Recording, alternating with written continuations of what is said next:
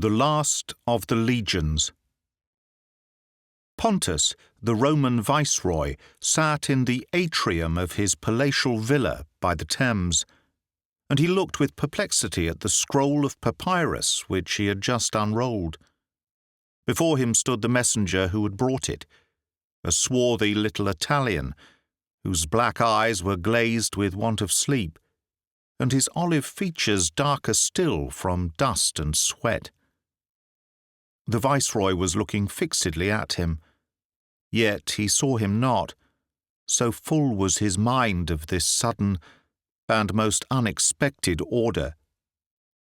To him it seemed as if the solid earth had given way beneath his feet. His life and the work of his life had come to irremediable ruin. "Very good," he said at last in a hard, dry voice. "You can go." The man saluted and staggered out of the hall.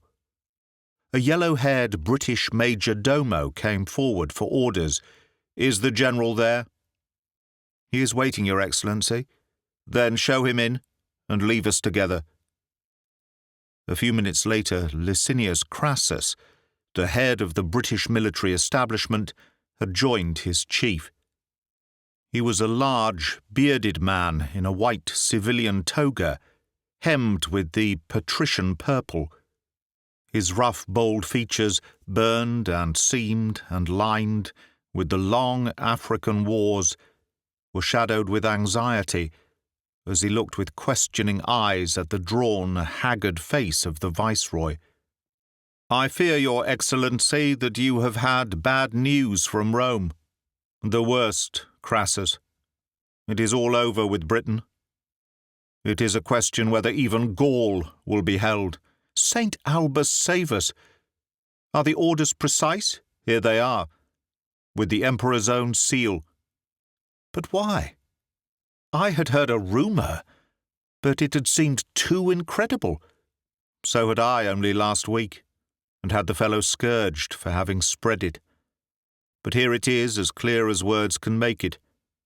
Bring every man of the legions by forced marches to the help of the Empire. Leave not a cohort in Britain. These are my orders." "But the cause?" "They will let the limbs wither, so that the heart be stronger. The old German hive is about to swarm once more. There are fresh crowds of barbarians from Dacia and Scythia. Every sword is needed to hold the Alpine passes. They cannot let 3 legions lie idle in Britain." The soldier shrugged his shoulders. "When the legions go, no Roman would feel that his life was safe here, for all that we have done. It is none the less the truth that it is no country of ours, and that we hold it as we won it, by the sword. Yes, every man, woman, and child of Latin blood must come with us to Gaul. The galleys are already waiting at Portus Dobris. Get the orders out, Crassus, at once. As the Valerian legion falls back from the wall of Hadrian, it can take the northern colonists with it. The Jovians can bring in the people from the west, and the Batavians can escort the Easterns if they will muster at Camboricum. You will see to it." He sank his face for a moment in his hands. "It is a fearsome thing," said he, "to tear up the roots of so goodly a tree." "To make more space for such a crop of weeds," said the soldier bitterly. "My God, what will be the end of these poor Britons? From ocean to ocean there is not a tribe which will not be at the throat of its neighbour when the last Roman lictor has turned his back.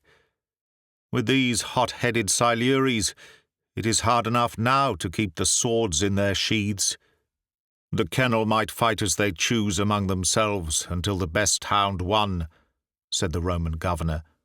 "At least the victor would keep the arts and the religion which we have brought them, and Britain would be one land.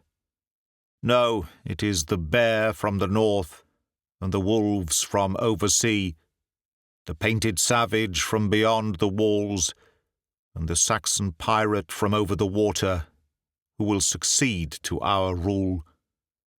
Where we saved, they will slay. Where we built, they will burn. Where we planted, they will ravage. But the die is cast, Crassus. You will carry out the orders. I will send out the messengers within an hour. This very morning there has come news that the barbarians are through the old gap in the wall, and their outriders as far south as Vinovia. The governor shrugged his shoulders. These things concern us no longer, said he. Then a bitter smile broke upon his aquiline, clean-shaven face. Whom think you that I see in audience this morning? Nay, I know not. Caradoc and Regnus and Celticus the Icenian, who, like so many of the richer Britons, have been educated at Rome, and who would lay before me their plans as to the ruling of this country. And what is their plan? That they themselves should do it. The Roman soldier laughed. Well, they will have their will, said he, as he saluted and turned upon his heel. Farewell, Your Excellency. There are hard days coming for you and for me. An hour later, the British deputation was ushered into the presence of the governor. They were good, steadfast men who, with a whole heart, and at some risk to themselves, had taken up their country's cause, so far as they could see it. At the same time, they well knew that under the mild and beneficent rule of Rome, it was only when they passed from words to deeds that their backs or their necks would be in danger. They stood now, earnest and a little abashed, before the throne of the viceroy. Celticus was a swarthy, black-bearded little Iberian. Caradoc and Regnus were tall, middle-aged men of the fair, flaxen British type. All three were dressed in the draped yellow toga after the Latin fashion, instead of in the braccae and tunic, which distinguished their more insular fellow countrymen. Well, asked the governor. We are here, said Celticus boldly, as the spokesman of a great number of our fellow countrymen, for the purpose of sending our petition through you to the Emperor and to the Roman Senate, that we may urge upon them the policy of allowing us to govern this country after our own ancient fashion. He paused, as if awaiting some outburst as an answer to his own temerity, but the governor merely nodded his head as a sign that he should proceed. We had laws of our own before ever Caesar set foot in Britain, which have served their purpose since first our forefathers came from the land of Ham. We are not a child among the nations, but our history goes back in our own traditions further even than that of Rome. And we are galled by this yoke which you have laid upon us. Are not our laws just? Asked the governor. The code of Caesar is just, but it is always the code of Caesar. Our own laws were made for our own uses and our own circumstances, and we would fain have them again. You speak Roman as if you had been bred in the Forum. You wear a Roman toga, your hair is filleted in Roman fashion. Are not these the gifts of Rome? We would take all the learning and all the arts that Rome or Greece could give, but we would still be Britain, and ruled by Britons. The viceroy smiled. By the rood of St. Helena, said he, had you spoken thus to some of my heathen ancestors, there would have been an end to your politics. That you have dared to stand before my face and say as much is a proof forever of the gentleness of our rule. But I would reason with you for a moment upon this your request. You know well that this land has never been one kingdom, but was always under many chiefs and many tribes who have made war upon each other. Would you in very truth have it so again? Those were in the evil pagan days, the days of the Druid and the oak grove, your Excellency. But now we are held together by a gospel of peace." The viceroy shook his head. "If all the world were of the same way of thinking, then it would be easier," said he. "It may be that this blessed doctrine of peace will be little help to you when you are face to face with strong men who still worship the god of war. What would you do against the Picts of the north? Your Excellency knows that many of the bravest legionaries are of British blood. These are our defence. But discipline, man, the power to command, the knowledge of war, the strength to act. It is in these things that you would fail. Too long have you leaned upon the crutch. The times may be hard, but when we have gone through them, Britain will be herself again. Nay, she will be under a different and a harsher master," said the Roman. "Already the pirates swarm upon the eastern coast. Were it not for our Roman count of the Saxon shore, they would land tomorrow. I see the day when Britain may indeed be won. But that will be because you and your fellows are either dead or are driven into the mountains of the west. All goes into the melting pot, and if a better Albion should come forth from it, it will be after ages of strife, and neither you nor your people will have part or lot in it." Regnus, the tall young Celt, smiled. "With the help of God and our own right arms, we should hope for a better end," said he. "Give us but the chance, and we will bear the brunt." "You are as men that are lost," said the viceroy sadly. "I see this broad land, with its gardens and orchards, its fair villas and its walled towns, its bridges and its roads, all the work of Rome. Surely it will pass even as a dream, and these 300 years of settled order will leave no trace behind. For learn that it will indeed be as you wish, and that this very day the orders have come to me that the legions are to go." The three Britons looked at each other in amazement. Their first impulse was towards a wild exultation, but reflection and doubt followed close upon its heels.